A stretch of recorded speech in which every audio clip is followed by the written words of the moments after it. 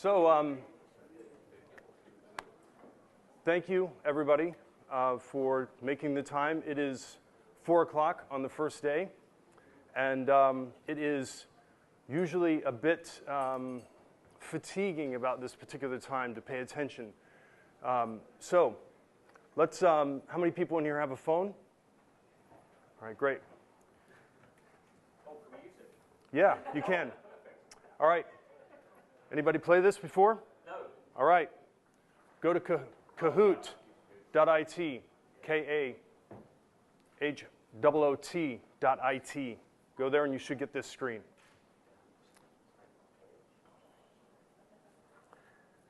What's the makeup of the audience here? How many developers? How many software folks?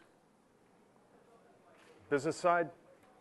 How many people get tired of asking questions at the beginning of a presentation? Awesome. All right. We're waiting for the fit now. All right. Everybody up? All right. What's the pin? Okay. I'm going to ask you 10 questions. You're going to have 10 seconds to choose the right answer. All right? Where's the pin? What pin have we got? Just give it a second. Oh. All right. Come on. We're excited now.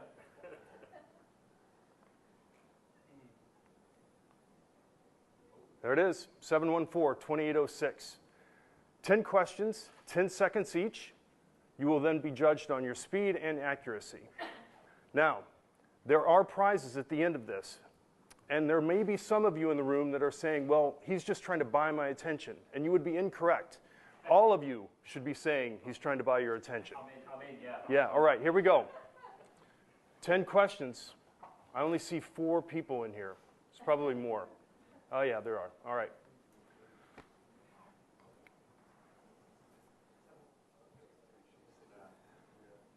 Go. Number of bridges across the River Thames.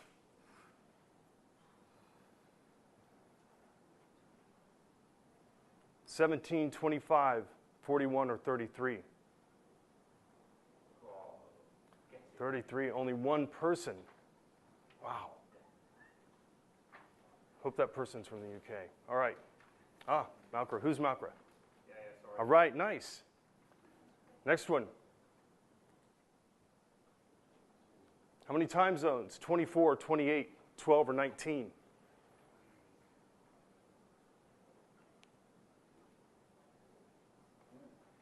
Ah, only one person again. Wow. Again. I was happy on my half an hour interview, yeah. All right. Next. Common knowledge. 9, 15, 5, or 10?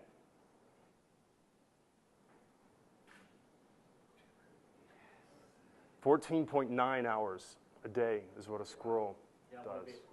Yes.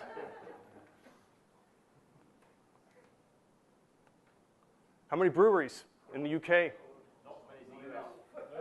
Not enough. 1,100, 1,650, 750, or 2,000? Ah, we have some drinkers. Over 2,000, according to the internet. All right.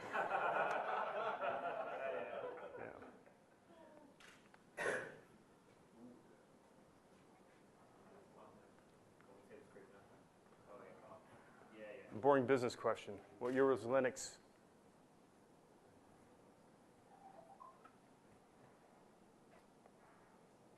Speed is the thing, huh? 4. Yeah, everybody knows that. Great job. Malkra still in the lead.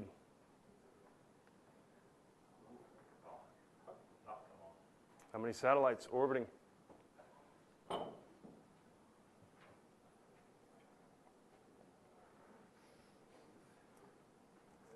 One person.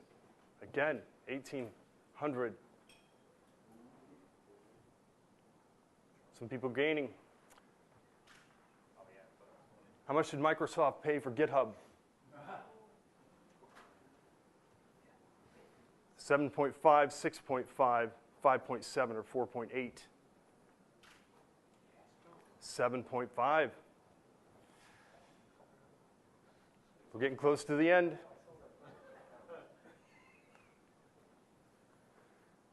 Alibaba held a big sale last week. How much revenue did they make in one day? Oh,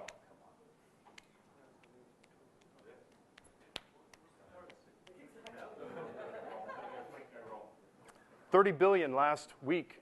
Singles Day is on November 11th. It's the biggest online shopping day in China, and Alibaba usually kills it.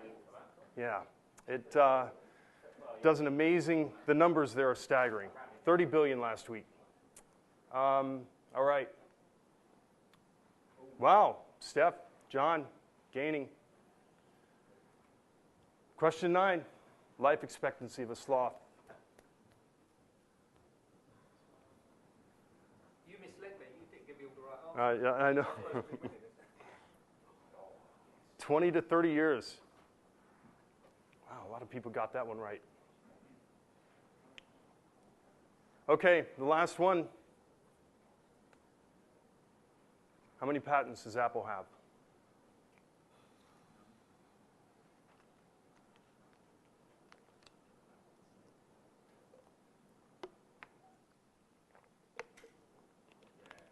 75,000. And that was as of the end of 2017, so they said another 2,500 on top of that or even more. All right, let's get the results. Malkra and then Steph. Great. So, the two winners, come up here. All right. All right. All right, you have two choices now. Yeah. You can have what my gift or what my colleague John Laban has. You go choose, John. I'm going to go with your gift. Okay. And John's gift then. Okay. John? Oh, perfect. Oh, no, sorry. Starbucks gift card. Thank you. Thank you very much. Yeah. All right. Oh, swap. Yeah. Sorry. Thank you, guys. Thank you, everybody, for playing. All right. I hope I've kept you mentally engaged, at least for the first 10 minutes, then I can tell my manager that everything went well and we're good. Okay, let's get on with it. 20 million. 20 million. Let's talk about that at the end of the presentation, but keep that number in mind, 20 million. All right, usually when I come to events like this, there's always that anticipation that I'm going to get something out of it. There's going to be this nugget that I'm really going to learn. And then I'm going to have this connection or that I'm going to really benefit. But then there's usually this fear, too, that I'm missing out on something, that I didn't hear that guy talk, or maybe I'm a little bit behind in things. So I have two simple goals for this presentation. One is to let you know that open software deserves open hardware. And number two is that there are companies that are running open hardware underneath all of the software that you're using today and all of the apps that you're running. Most of them in the public cloud are running on open compute hardware, on open source hardware. And that's what we're going to talk about today. Software eating hardware. I'm going to share a little bit about the numbers. I'm going to talk about some of the lessons that open compute has learned from the open source community on the software side. And then lastly, talk about what's happening within the open data center market. This is a number that Gartner had a few year and a half or so ago. I think that this vastly underestimates the amount of shift over to the right on this graph. Most of the people that I talk to that are interested in open hardware, when I ask them why are they interested in this, twice in the last 6 months I've heard that I'm tired of paying Cisco support fees and tired of Cisco. They didn't talk about anything else other than the fact that they were just tired of their current situation. I'll get into more about what's happening now, but in the banking area and the healthcare area, it's been primarily Docker, Kubernetes, and Hadoop that have been driving the conversation. So back when VMs first started in 2008, you could see that the amount of hardware that was needed to produce the same type of compute power decreased by around 33%. Taking that down again, when we got lightweight VMs over the last few years, it decreases even further. On the web server market, back in 2011, Facebook started something called hip-hop virtual machines because they wanted to deal with their web servers more efficiently. With their version of hip-hop virtual machine, it took web servers down to 80% reduction in hardware. So we're seeing software all the time eat the hardware and commoditize it and make it almost irrelevant, which is a good thing. So if hardware is going away, how's the server market doing? These are numbers as of the end of Q2 2018. Very, very strong. Over on the right-hand side, I've highlighted the rise of the ODM, and I've highlighted a couple numbers. One of them is 112%, and the other one's 60-some%. ODM, for those of you that don't know, original design manufacturer. These are the manufacturers that are manufacturing all the servers that come to market. Then in the middle, you have the OEM, and that might be like a Dell or an HP or a Nokia, where they take that original manufacturer, they wrap their software and services around it, and they package it, OEM model. What's happening in the past is the large guys always go straight to the manufacturer. They have the buying power, they have the engineering horsepower to say, we're going to go manufacture our own, we'll go over to the guys in Taiwan, we'll sit down with them, and we'll sketch out exactly what we need. Now, what's happening is they realize that that model works quite well. In the open compute model, you guys can do the same thing where you go directly to the manufacturer. There are some disadvantages to that, which I'll get into in a little bit, but that's essentially the model. You have manufacturer, direct to manufacturer. That business is growing quite substantially. How does it translate into the actual shipments, though? So revenue was one thing, but am I getting the same price per server? And you are. When you look at these numbers here, Dell's still leading in units, but this ODM model here, this direct to ODM, is surpassing on the 2018 shipments. But that's off of a conglomerate, that's probably 4 or 5 ODMs in that. One that I wanted to highlight is Inspur. So that name may not ring a bell to you, but Inspur is the 3rd largest server maker in the world, and they supply most of China. So China is dominated by 3 players in the server market: Inspur, Huawei, and Inventec. Inventec and Inspur own most of that market. And that's what you're seeing. Inventec now has built a new office in California. It's going to have 200 plus people. They now have an office in Dusseldorf. They're expanding their team quite rapidly, and their sales in the US have grown several hundred%. However, again, it's off a very low base. So if people are making a lot of servers, who's buying them? This is a graph. On the left-hand side, the top companies, the number of companies. On the right-hand side, you have the companies that are buying fewer servers. So on the far left, the top 10 to 20 accounts in the world are buying close to 300,000 servers a year. That makes sense. I'm sure you may have heard some numbers out there saying, well, it's 1 million servers a year, or maybe this company has 1 million plus servers. If they refresh every 3 years, that's 350,000 a year. On the right-hand side, though, that's not where we all live. Where we live is in that 10, 5, 5,000, 2,500 a year on up to, say, 15 or 20. It's public knowledge that Booking.com gave a presentation not too long ago. They have around 30,000 in their estate, to give you a relative example. Yahoo has a little over 100,000 in their estate. So they're refreshing probably about 25,000 a year. So on the bottom, it's been long thought that if I buy a lot of servers, I have a big team and I can go do my own things. And that is the case. Facebook, Microsoft, Google, they have big engineering teams that can go design their own things. On the right-hand side, if I don't have a big engineering team, I need to stick with OEM gear. I need to stick with tried and true software, and that is not the case anymore. It may have been in the past, but the companies that we're seeing want to test open compute hardware, and they're moving to the folks like Cumulus for the networking side, they're all small enterprises. And small by the true definition of small, not just the lower enterprises.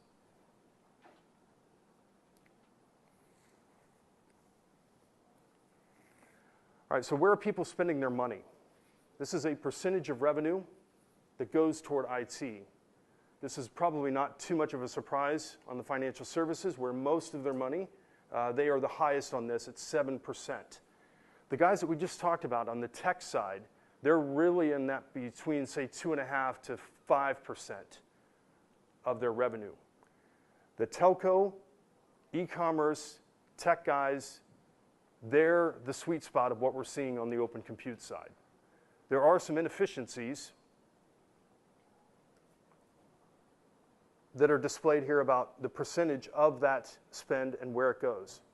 As you can see, the majority of it, almost 60%, goes to business operations. That's status quo. That's maintaining legacy gear, and that's basically being a duct taper. If I need something I fix, I use duct tape to fix it. Where I want to focus is on the top 16%. This number is very, very low. It should be much higher. And in the companies that we're talking to, they are investing more. Maybe not 30 or 40%. Maybe they're in that 20% range. But this is where I'm going to spend most of my time. So how does this move into open source? In the hardware side, there are a couple ways that people usually get products to market on the hardware.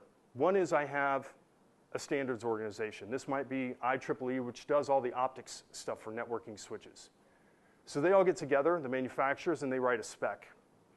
Maybe 2 or 3 years later, you get 1 or 2 adopters or adoptions at will. On the right-hand side, you have multi-sourcing party agreements. This is where all these consumers get together, maybe all the 5 or 6 telcos in a region, and they say, yeah, this is great. We're going to get together and we're going to pool our buying power. And then they get together with a couple manufacturers and they say, this is what we need. Again, driven again, either on one end of the spectrum. In open source, you have consumers working with manufacturers. In open compute, for example, on one of our projects, you'll have Nokia sitting next with a rack manufacturer, with a switch manufacturer, with a hardware management company like Tencent, working on their hardware management tools, all putting together and putting out together a product. And within open compute, you have to have a product ready within 100 days of getting a specification approved. So when something comes through our organization, it has to have a product and a supply chain ready to go behind it. And that's the big difference between that and a standards body. A standards body, it could be 2 or 3 years before you actually see a product on market. All of this creates a little bit of havoc on the OEM model, where OEMs typically gatekeep features in order to serve a broader market. So maybe some features don't quite get through because they want to scale that back so they can reach a broader market. If I'm a company and I want to buy directly from the manufacturer, the issue with the OEM model is I have one person I can call. They come fix my server. They help with the management tools, and they can do everything I need. The disadvantage with this model is now I go talk to my switch manufacturer, who now I need to talk to a software guy that runs the software on top of that switch, and I need to talk to the guys that make the servers and the racks and maybe the power shelf. Maybe I have one guy that does everything, but most of the time I have contracts with multiple parties. That may be a bad thing. However, in this model, with the open source community, you can eliminate a lot of those inefficiencies when you have these type of discussions. So taking how the open source works with all of these different supply channels and moving it to the Open Compute Foundation, this is an article and a headline from 2010 when Facebook first started the Open Compute Project. They announced that they're going to build their own data centers, and that's simply due to their scale. At that time, they weren't very big, and they grew quite rapidly. So they were at the time dealing with a primary OEM, buying a lot of gear, buying a lot of hardware, but then they decided not only are they going to design their own hardware, but they're going to open source it, which was very unusual at the time because people like the other hyperscalers like to keep everything private, thinking that the secret sauce is in the hardware, when it's not. It's in the software and your ability to deliver services. They started asking themselves, forget about what they're actually asking. I want you to highlight focus on the green. They started asking, what can we get rid of? Can we do this? Can we do this? Can we do that? Can we make the inlet temperature on a server higher? Can we run it hotter? Do we actually need that stuff on top of the building, those giant water coolers? What if we just used free air cooling and produced a server that can run at 10 degrees higher than a normal one. All of this stuff led to a great deal of efficiencies, and if you've ever read any of the initial headlines coming out around 2010 or 2011, when they first started building their own data centers, first started doing this model, they come up with some astronomical savings, saying, well, I'm saving $1 billion on our IT. That may be the case, but the majority of it is in the building structure itself. They started building in the high desert plains of America.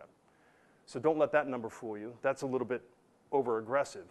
But there are a lot of people that are getting a lot of savings out of this.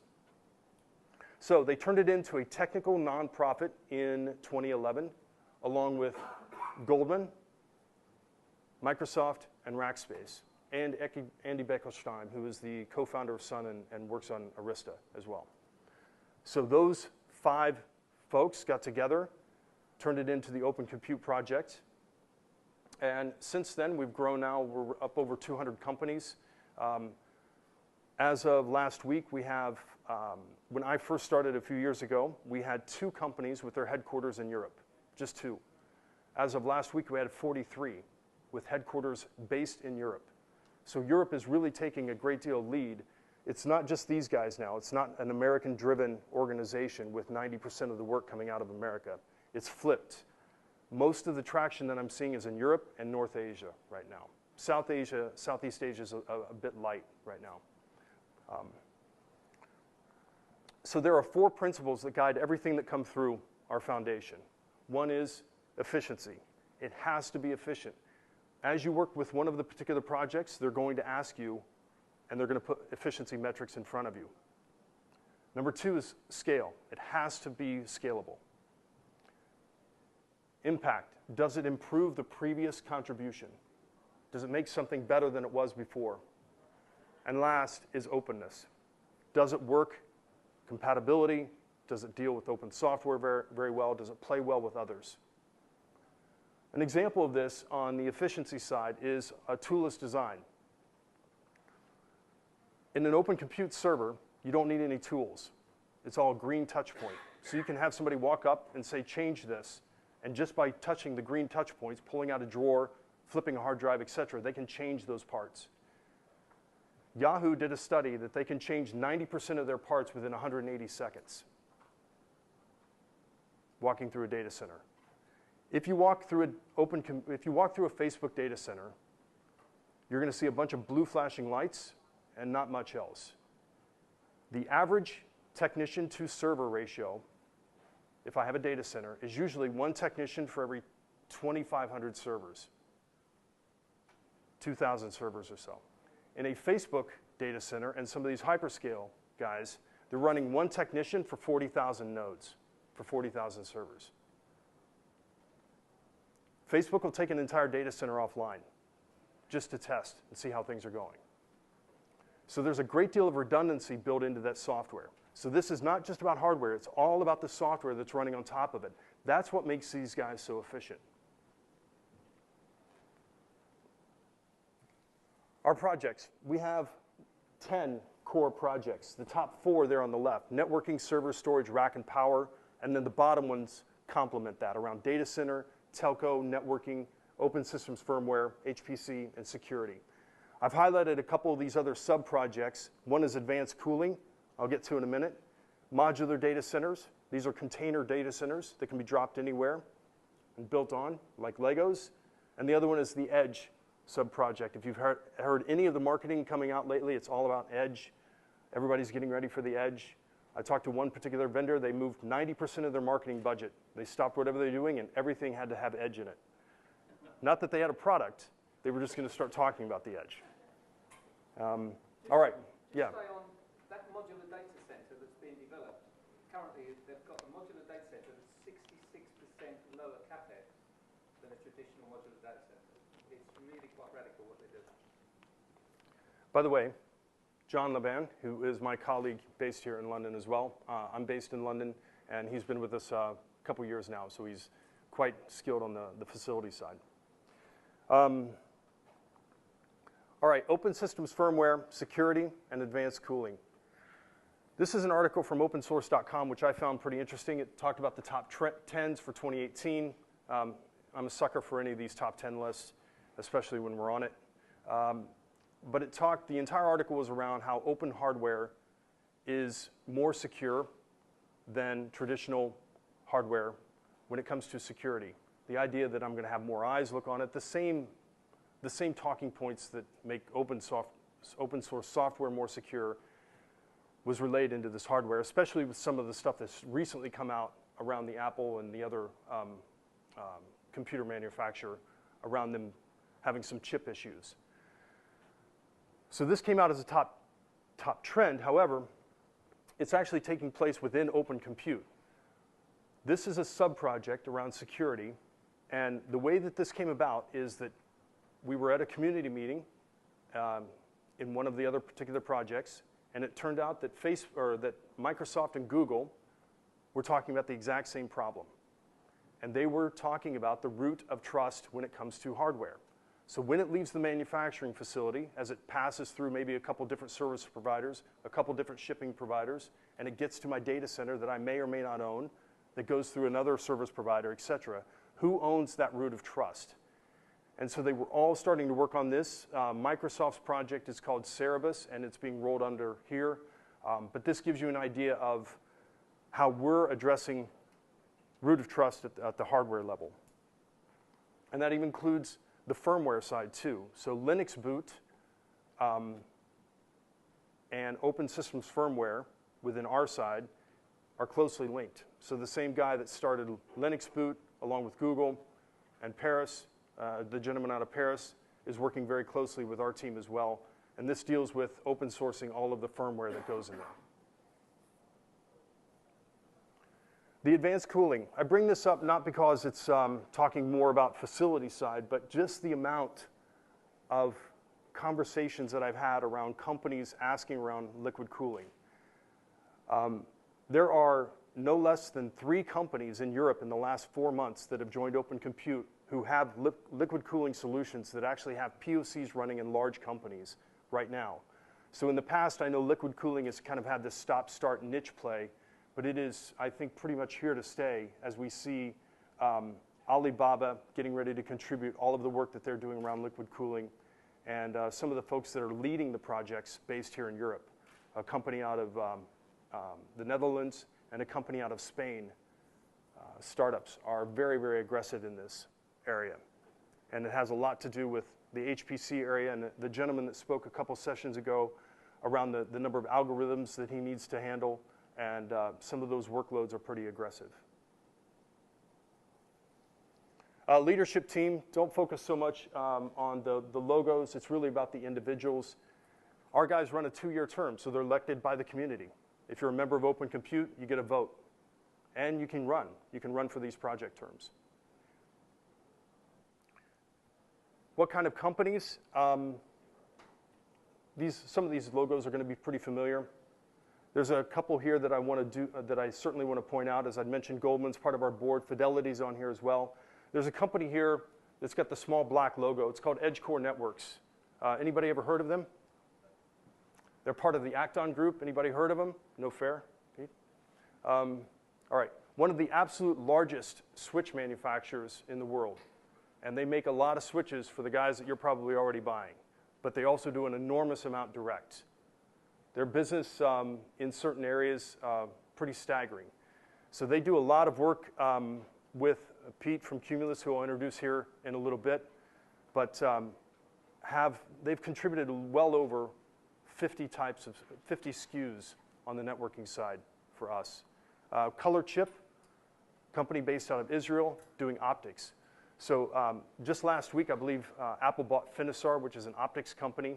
You'll see more and more consolidation and aggressive area in the optics side, because the optics piece is a very, very high percentage of the entire networking cost.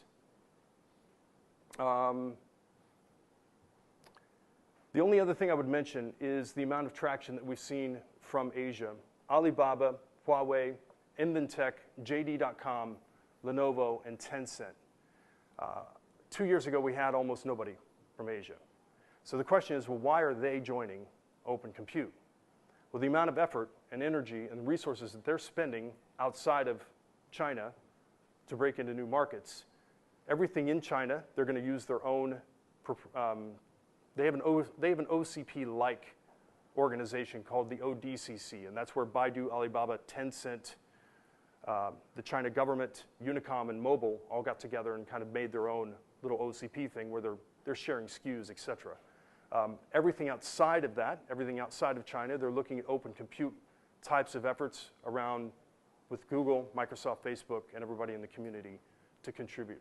So we're seeing a lot of effort from China, and I expect that to grow even more.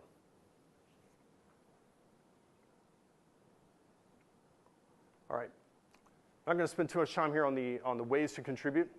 Just I want to hone in just on a couple. One is a specification. A spec may be written by a manufacturer, or it may be written by an end customer. AT&T can write a spec. EdgeCore, as I mentioned, or one of the server manufacturers, or Facebook, or they could co-author a spec. And it goes through one of those projects, gets voted on by our leadership committee after review, and then it gets posted for the world to see. The second thing is a product.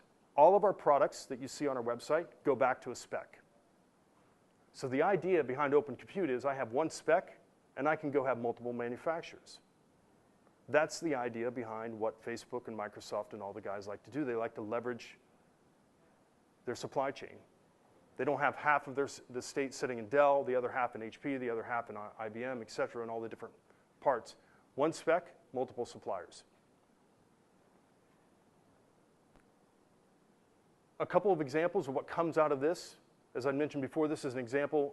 EdgeCore delivering the first 400 gig networking device into the market through Open Compute, and Microsoft offering some new cloud SSD storage. And our storage program our project has been very, very active in the last 2 or 3 months with a lot of companies working on new APIs for storage hard drives in the cloud. How this translates into actual customers using this. So Europe, as I'd mentioned before, doing a lot on the leadership side. They're also doing a lot on the adoption side. ING Bank out of Poland deployed this in their public cloud, running Citrix. They're finding a 35% reduction in TCO and 30% reduction in OpEx. And it's not a very big private cloud. But they're getting the same benefits out of a few racks as people that buy several hundred a month. The London Internet Exchange. This is an example of a company that's adopting a component of Open Compute. So they don't have racks and racks of servers of Open Compute. They're focusing primarily on open networking. This is where they've spent most of their time, on driving open networking across the Internet Exchange. Booking.com. They've been researching now for a couple years on Open Compute, and they're well down the road now on the POC phase, and they're seeing a 40% reduction in energy consumption compared to blade servers. So why do people look at Open Compute? Usually it's efficiency, primarily it's workload. They think they can do their workloads better, faster on Open Compute, and I can save money doing it. Not necessarily just on buying the server, because that has a lot to do with your agreements and your buying power with that particular organization. So I'm not saying that if you go buy Open Compute hardware, it's going to be 25% cheaper right off the bat.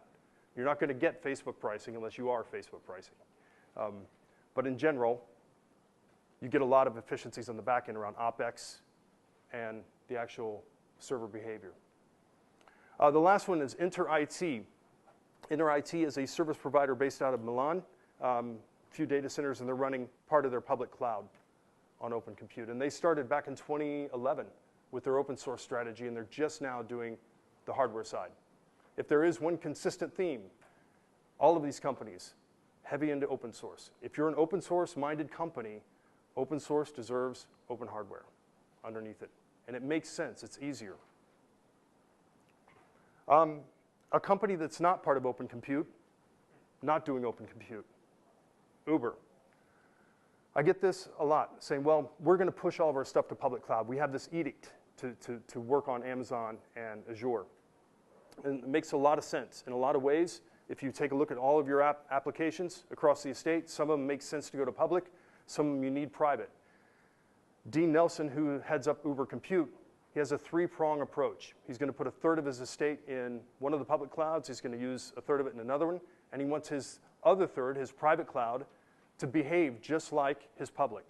So he wants the environment, the facilities, the architecture, the way the racks are lined up, everything to run the software just like he's doing in his public cloud. And that goes back to the fact that the public clouds he's using are running open compute underneath, so it makes sense to run your private cloud in a similar way. Quickly, the marketplace, a few folks mentioned this in the past sessions here. We have a marketplace as well. You can go on there and you can actually see products. You can drill down by solution provider. You can actually look at the specs, the devices, et cetera, product specs, details. And we have worldwide fulfillment. There is always one of the unsung benefits or byproducts of open compute, and that is the energy side and the green side.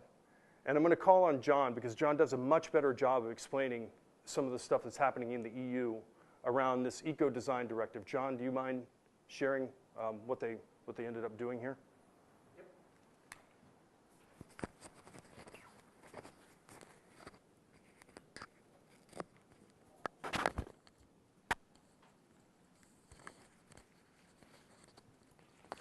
Just pin myself up.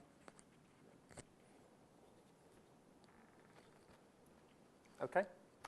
Right, just a quick one. Who's familiar with the new legislation coming through about energy efficiency on servers in Europe? No? Nobody?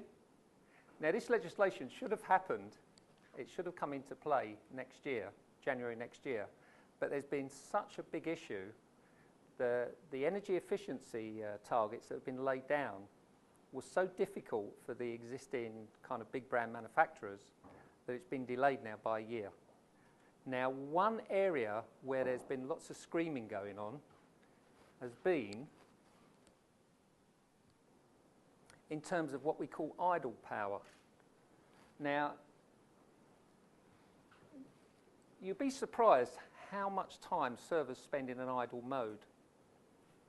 And what's interesting, OCP servers, because of their way they're designed, use 50% less energy when they're idle compared to a traditional solution. And it's really quite subtle. Now, most of the people in this room have probably never ever seen an OCP server, I'm guessing. Most people have never seen it. Yeah? Am I right? And it's just an OCP server has a different physical shape. It's not like a squashed pancake, like a pizza box. It has a totally different shape, and it uses a different fan technology. And consequently, this fan technology reduces the amount of fan energy to push the air through by 9/10. So it's really quite interesting. It doesn't use a standard 19-inch practice. The cabinet looks the same, but the way the servers go in, they're a totally different shape. So it makes them very, very energy efficient. So this is something really special. Now, we love this because you're going to start to see end of life on the traditional server manufacturers driven by this legislation when it comes in. So just watch this space, okay? But it's really interesting. Now, this all kind of comes into a cost factor. Let me just take you on to something. This here is, shall I run on to the end? Yeah. What this is about is this idea of combined heat and compute. Now, what we're starting to see, like Facebook are building a huge data center in Denmark, and all of the heat's going to be used in the city of Odense. It's going to warm up 7,000, 8,000 flats. Now, this is why it's really interesting in terms of this liquid cooling that Steve mentioned. We had a research done by IHS Markit recently, and what they found from all the interviews they did around Europe, that 22% of everybody they interviewed was going to use heat reuse from data centers, and they were also going to implement liquid cooling. Because if there's anyone in this room, you might not quite get it, but when you move to liquid cooling, it makes it extremely efficient to put the heat into a district heating system because you don't need what's called an intermediate heat pump. It's extremely efficient. So this is a real big drive. In the next 2 years, you're going to see 22% of everybody interviewed are going to be doing this. And this comes back to that modular data center as well. So I think it's going to have a huge impact on the market, and in terms of energy efficiency, it's quite profound. Now, there's another thing that this all happens. This is the craziness of open source communities. We now have a complete reuse mechanism in place. Hundreds of thousands of servers that are coming out the hyperscalers are now being totally reused into the enterprise space. It's a huge business. You can now build an OCP data center with second user gear in at the same price that you would have historically built a traditional, what we call tier 3 enterprise data center, with nothing in it. It's profoundly different in terms of price. And it has a green element. What's your story on this one, Steve? No, just keep going. Now, I've kind of jumped in here a bit because some of these are my slides. Now, the Linux Foundation started in 2000. It's dominant today. Now, what's interesting, a lot of people don't know this, if I counted the servers coming out of manufacturing today, yeah? This is open source hardware. Within the next 2 years, if you're counting the servers coming out of factories, 50% of them will be open source. And a lot of people just can't get their head around it because the amount of servers that go into the hyperscalers are huge. Steve mentioned like 300,000 refresh on a single hyperscaler. I can tell you this now. It's multiple times that for the big hyperscalers. It's millions per year. It's such a huge scale. And what's happening, all this technology is just rolling out. It's going into the telco space. All the world's telecoms companies are now adopting this technology. It's really exciting. Okay? If you want to see this stuff, you can see it around Europe. We've got places, you can go to Amsterdam. This place is 20 kilometers just outside of London. It's a specially designed data center. Now, what's interesting about an OCP optimized data center, in terms of just building the facility, here's an interesting one. If you build an enterprise data center, what's called a tier 3 data center, and luckily I've got someone in the room who I know understands me because we had a conversation earlier, you can spend, just to build the facility, not to put the IT gear in, just to build the facility, put all the cool in, the power and stuff in, it can be up to $10 million per megawatt. Now, just to put that into perspective, that's like a data center that holds about 100 to 144 racks. Now, if you build an OCP optimized data center facility, it's half that price. You don't have access floors, you don't have centralized UPS, you don't have mechanical chilling. All these costs really kind of bundle in. This is why the hyperscalers do it. It's just so cost effective. So elsewhere you've got RISE is an interesting one. This one on the end, this one here. RISE is a research institute in Sweden, and they've now got 1,500 OCP servers, which they're doing experimental work on. They've just built a brand new data center to house them. So you'll start to see, Nokia, by the way, is huge. Go and have a look at Nokia's airframe solution. Nokia's airframe solution is all based on OCP. It's all OCP gear, open source hardware. Now, we're trying to get these experience centers because many people have never ever seen this gear. And so we're building. This is one that we opened 3 weeks ago in Amsterdam. Yeah? And just to show you the kind of energy, how it's moving, when I first started 2 years ago, I used to go and do a presentation to 200 people, and I'd say, who's heard of OCP or Open Compute Hardware? In a room with 200 people, 4 people might put their hand up. We did a summit last month, and I think we must have had about 750 people there. Wrap it up. Just in two years. We're running short of time. Sorry. Now what this is, this 20 million is the electricity saving on one bank. Everybody would know this bank. I'm not going to say who they are. I'll have a quiet word with you afterwards. This is a single bank, and it's the energy saving and the electricity saving if they just change their physical hardware to OCP gear. 20 million a year. And on that, I'll leave it, but it's a very cost effective and it's quite radical what I think we're doing. Thanks for your time. Thank you very much. One more thing. tomorrow, as I focused a lot on the networking side, if you're here, Pete, stand up, introduce yourself.